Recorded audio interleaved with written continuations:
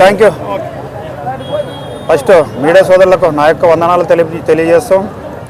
ఈరోజు ఈ నిర్ణయం తీసుకున్న దాని వెనకాల కారణం, బలమైన కారణం ఏమంటే 16 గ్రామాల ప్రజల్ని గతంలో మేము వలగుంద మండలంలో ఉన్నప్పుడు మేము అనుభవించాం.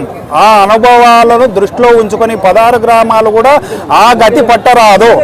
ఎవరో ఒక నాయకుడు స్వార్థం కోసం చేశాడు. రోజు 17 గ్రామాలు కూడా రోజు ఎవరు అడిగినారా ఆ మండలం? అస్సలు మండలమే అవసరం లేకుండా అదే జరిగేది.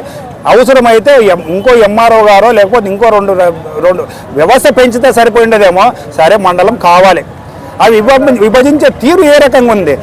అసలు స్వార్థం కోసము ఎక్కడో హరివాడం నువ్వు మండలంగా ప్రకటించి వచ్చిన తర్వాత 17 గ్రామాల కలపమని ఈ అధికార వ్యవస్థ యంత్రాంగం దానికి ప్రపోజల్ చేసింది.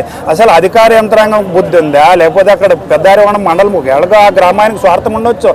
పక్కన అనానుకూలమయ్యే విలేజ్ లేదని ఉంటే చేసుకునేదానికి ప్రయత్నం చేయాలి. కానీ 27 రోజుల నుంచి 16 గ్రామాల ప్రజల్ని, ఆడపిల్లల్ని, మహిళల్ని, రైతుల్ని, చిన్నపిల్లల్ని రోడ్డెక్కించి మాకు ఈ గతి పట్టించినటువంటి నాయకులకి బుద్ధి వచ్చేదాలా ఈ 16 గ్రామాల ప్రజలు ఈరోజు మా తీర్పు ఏమని ఉంటుంది, ఎలా ఉంటుందంటే ఈరోజు కానీ రేపు కానీ ఈ వేణుగోపాల్ ఆమర నిరాదీక్ష కూర్చుండొచ్చేమో 16 గ్రామాల ప్రజల్లో కూడా అదే రకంగా ఆవేశం ఉంది. ఆ ఆవేశము అంతకంటే పెరుక్కోకుండా ముందరనే, లేకపోతే మీ ఇళ్ళకి వచ్చి ముట్టడించేదైతేనేమి, మీ ఆఫీసులు ధ్వంసం చేయడం వల్ల ఈ రోజు కూడా చేయగలం.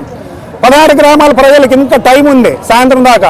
ఏదన్నా వచ్చి నాయకులు, యంత్రాంగము, ప్రభుత్వము, రాజకీయ నాయకులు చెప్తారనే దానికి మా 16 గ్రామాల ప్రజానికం ఎదురు చూస్తూ ఉంది.